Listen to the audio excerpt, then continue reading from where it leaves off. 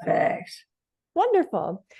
So I want to welcome you, Margarita, Nikki, Michael. Thank you so much for your time with us at the Women in the Law Awards. I was learning about you and I was wondering about your participation in your dispute resolution, particularly in your contributions to our international arbitration and the high court litigation. And I'm curious if you can share a little bit more about your journey and your experience as a woman lawyer in the legal field.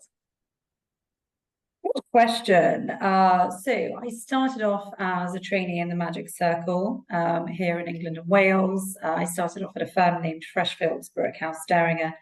Spent some quality time there training, moving over thereafter to a US law firm with offices over in London.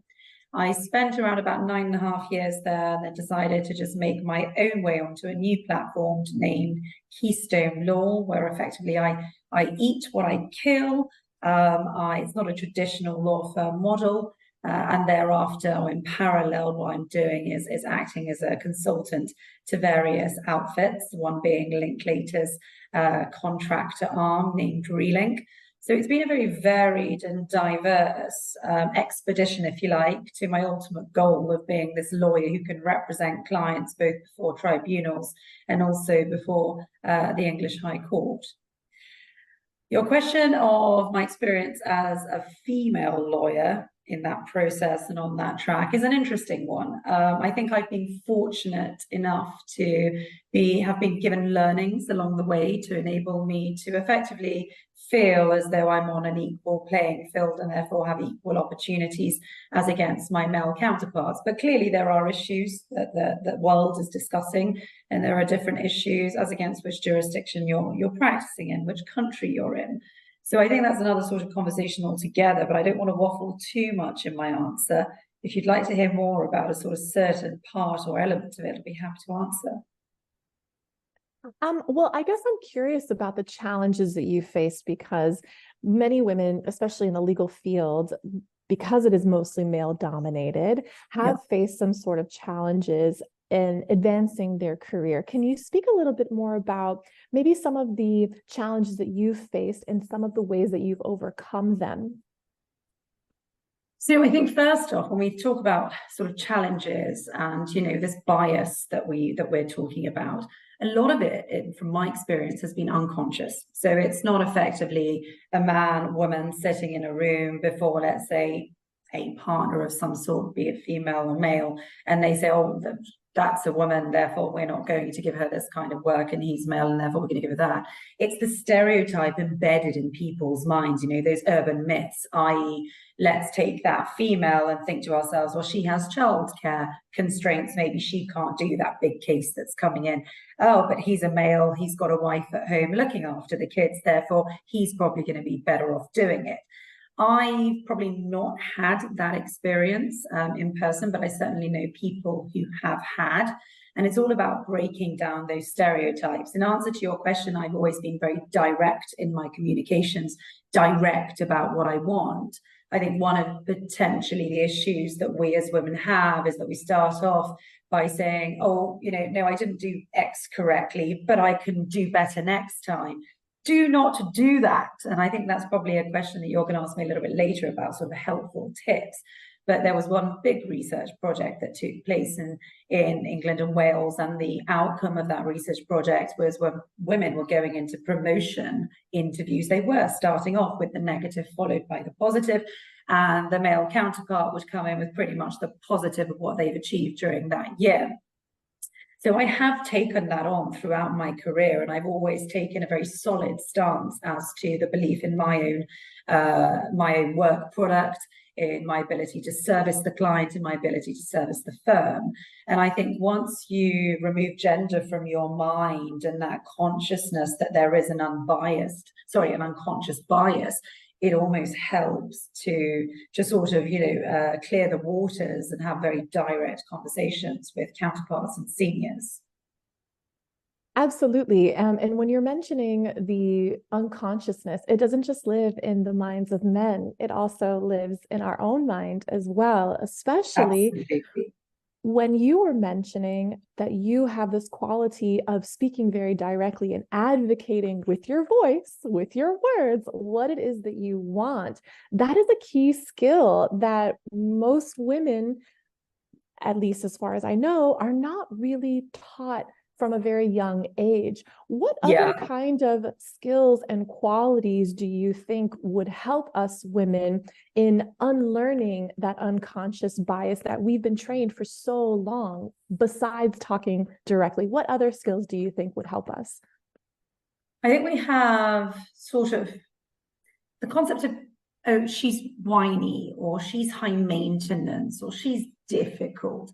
Where does all of that come from? It's not from presentation necessarily. It's from what comes out of our mouths, right? And what we tend to do as women, and perhaps I am stereotyping, but I'm going to make the comment in any event. We speak like this, and do you think I'm making a statement, but I'll end with a really high-pitched tone, and that's going to be a question. And do you think I'm okay? No. I'm not saying for us women to become androgynous. I'm not saying that. I'm not saying we have to even be, well, we're not men, are we? We're not going to speak in the same way using the same vocals. But nonetheless, we don't need to engage a request for affirmation with a statement that we're making. I don't need you to affirm the statement that I'm making, because quite frankly, I have confidence in the statement that I'm making, and it's my opinion. I think once you can sit back and you can realize that actually I don't need affirmation, you then lose that pretty much needy stereotype that most women have, or high maintenance stereotype. And that is pretty much, I think, quite a controversial statement to be making, because other women will be watching this saying, what is she going on about? I don't believe that that's the case. But I've had personal experiences seeing others in that position where I thought she's made a really good point, but she said it in a manner that's being received as weak. And that does come down to tone in a lot of ways. Very rarely do you walk into court and find a female advocate speaking in a very soft tone that generates that feeling of, how can we put it? The desire for the statement to be given recognition by the judge. You are there convincing, you are persuading. So I think, you watch the language, you watch the tone, gesticulation's a really big thing, and you mirror as well. There are so many men that can walk into a room, they can sit on a chair and they can rule a meeting just with this sort of power of broadness and gesticulation.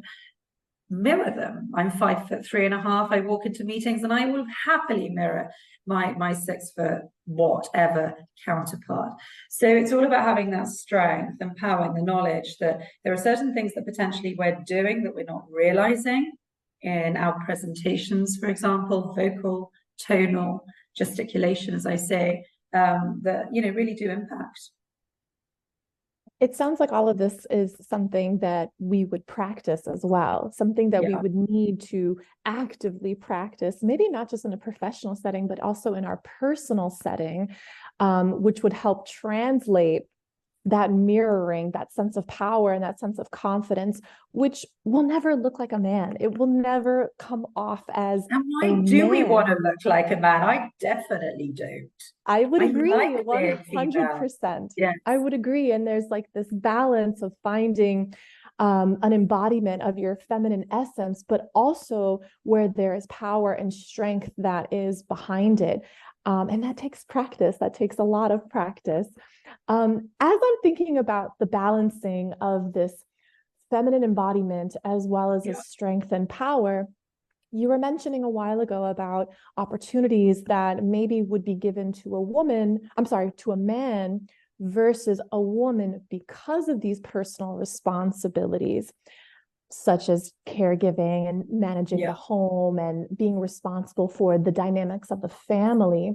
What do you think you would like to see happen, or what do you think would shift that type of responsibility so that women are then given the opportunities more so in the professional setting? What do you think could change that would alleviate some of those responsibilities for women so that they are given the opportunities in the more professional setting? A really good question. I think a lot of this from the law firms I'm seeing over here in England is being done. And I think it comes down to one thing, which is flexibility. There is no substitute for flexibility. Why do I need to be in the office if I can give the firm the same work product and potentially even better than, let's say, being at home? Because let's say I do want to take a lunch break, but I want to take it at 3 p.m. when I pick up my children and hand them over to the nanny. A period of half an hour, which will probably even be shorter than taking the full hour lunch break within a firm. But that will enable me to give my child a kiss on the cheek, make me feel as though I've, if you like, done my motherly duty, made me feel so good that I can come back, sit at my laptop, and I can continue working, but in better force than sitting at my desk in the office feeling guilty that someone else has collected my child for that half an hour. They've not seen mummy. I've not been able to give them a kiss, and therefore I'm guilt-ridden. So then, in that situation, I'm typing, and I'm thinking, my mind is elsewhere, and I really just want to get home. So really and truly, it's a bit of a chicken and egg situation, isn't it?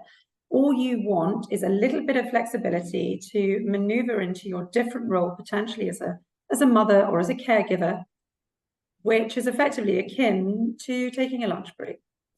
So it's remote working. I mean, COVID has been an absolute, awful destruction to people's mental state, to the world, to people's livelihoods, to the economies around the world. But what it has done is illustrate the ability for businesses to continue through people working remotely. And that directly links into flexibility. So in trying to see a positive outcome from how potentially COVID, the pandemic, has broadened people's mind or cleansed people's, I might say people's, but businesses' minds, it's allowed people to endorse that concept that flexibility is not a weakness, flexibility is not bad, and in fact, flexibility could lead to a stronger output. And by flexibility, we mean things such as remote working or flexible hours. So I think it's that concept of having HR policies in place and a real engagement by law firms that it's okay to be flexible with our people. I think more so than okay, it seems that like the flexibility would lead to more focus, because even the example that you were giving, you highlighted that like once I'm able to do what I instinctively in my heart know is right to do, be there for my kids, let them see me see them, I'm able to reshift. Okay, we check that off the list. I'm now aligned in my motherly responsibilities, which is primary. Then I can refocus and I'm more efficient. I'm more, maybe even more creative because the home has been taken care of. My natural instinct has been taken care of. So I see how flexibility could lead to more focus. I love that. I love that. Absolutely. It is not okay to want me as a female lawyer to feel as though I can't be a mother because it will illustrate weakness, or I can't be a wife because it will illustrate weakness. I can't care for my children. I can't care for, let's say, my partner, because my focus needs to 110% be on the work, because that's what men do. Well, men don't do that, quite frankly. And they can kind of strive and move forwards with the badge that, oh, I have a wife at home. She's looking after the kids. Isn't it so great? She takes care of the home. Well, what if we don't have that? What if we have a woman who takes care of the home and also works? I think is a beautiful sort of comment out there, which says, I, as a woman, am expected to work like I have no children, but to be a mother like I have no work. And that's not going to work. So what we need is that sort of equal balancing and a breakdown in stereotypes to think that just because she is a she and is needing to be a caregiver to others, she can't fully fulfill the responsibilities that we expect of her in here. That's the issue. And that's the issue that needs to be broken down. I'll divert for a minute, because there was an interesting sort of, it's a comment that I've always lived by, actually, and it relates to your first question during this interview. And it's always interesting because when you're interviewed and someone asks you that first question outright, you're a bit rusty, and then you think, no, I should have said that. But I'm going to say it for the benefit of all of us who are listening and watching. When a man walks into a room, people listen. When a woman walks into a room, people look. If they like what they see, they listen. Ladies and gentlemen, if we can break that, that's when we know that we have development. And I've actively worn some bright colors today. I've actively put on some earrings. I've actively done my hair just to rub it a little bit in people's faces that we can do this. And you have people like Amal Clooney out there who could be glamorous and be lawyers at the same time, and mothers. But let's not choose her because she's not the sort of, the common person. I am the common person. I am walking in the shoes of a mother who needs to provide for her family, and a person, whilst also engendering confidence in my clients, governments, state-owned entities, that actually I'm going to deliver for you in exactly the same way as that counterpart. And in fact, I might even be able to do it a bit better. Well said. Well said. For my final question, Margarita, what advice would you give to aspiring women lawyers who are facing some of these challenges that we've been talking about with the work-life balance and inclusion and flexibility, allowing us to be more focused in our natural state as a mother, as well as propelling our profession forward? What advice would you give these women lawyers? That's a really good one. I think I'd absolutely love at one point to stand up in front of a group of women and say, in 20 years' time, I don't want to have to be asked that question, and I don't want to have to tell you what you need to do. But the situation is as such at the moment, we are in a very positive environment for change. We have advocates for change, not simply female, but also male. We have a drive, a generational drive of let's change things. Let's not remain with tradition. It's okay to dispense with tradition. So I think the first point that I would say to any sort of, female breaking into the profession is don't feel constrained by your gender. Don't feel as though there are stereotypes that aren't being broken down, because work is being done to break them down. You are very sort of lucky, if you like, to be in an environment where you have support. Don't categorize yourself, as female, not necessary. I am Margarita. Nice to meet you. This is what I can provide. This is what I can produce. And don't be frightened to ask for flexible arrangements if they're necessary to allow you to, offer more of an output. So no fear. It sounds a lot like a sort of Netflix statement, but yeah, no fear. Don't be shy. Don't feel as though you need to ask for affirmation in the statement that you're making. You're making a statement. It's a full stop. It's not a question mark. And remember that. That's not about it. We want a toolkit, don't we? We want a toolkit to throw into our handbags every morning and say to ourselves, do you know what? What is stopping? Because what we're seeing is, and again, I'm digressing, so forgive me, but what we're seeing is not a small number of female lawyers entering the profession, certainly not in England and Wales. It's as you trickle up to the highest structures that you're beginning to see those females waning away. And then you begin to question, well, why? Why is that happening? And I think that's my opinion, is that neatly ties into the concept of flexibility and needing at the times, at the pinnacles, at the peaks of when a female is needing to potentially provide elsewhere, that some positive discrimination mechanisms happen to allow us to keep up there and remain seated in an elevated position so that when we do return, if we return, we're moving upwards. So that's super, super important. Absolutely. Thank you so much for your wisdom and your encouragement. I am taking all of this as well. And I'm like, yeah, I need to speak up a little bit more. There's always more that we can do. There's always more that we can do, and not necessarily waiting for our male counterparts to break the stereotype for us. We can also play a role in this as well. And your points are absolutely helpful in the small things that are big things, or actually, the perspective, they're big things that we can actually do to also unlearn our own stereotypes to help ourselves move forward in the profession. Thank you so much for your wisdom and for your advice and for your time, Margarita. My pleasure. Such a pleasure. Thank you ever so much for this fireside show. I think it's a wonderful initiative. We do need more of this to allow people to feel free to speak. And I do hope that, this engages the minds and thoughts of women around the world, particularly the junior females wanting to break into the profession, to realize that they have people like us supporting them and really feeling that tenderness towards the experiences they're going to face. Absolutely. Thank you so much, My Margarita. pleasure. It was such You a pleasure take talking with care. you. You do the All right, same. take care. Thank you so much. Bye-bye.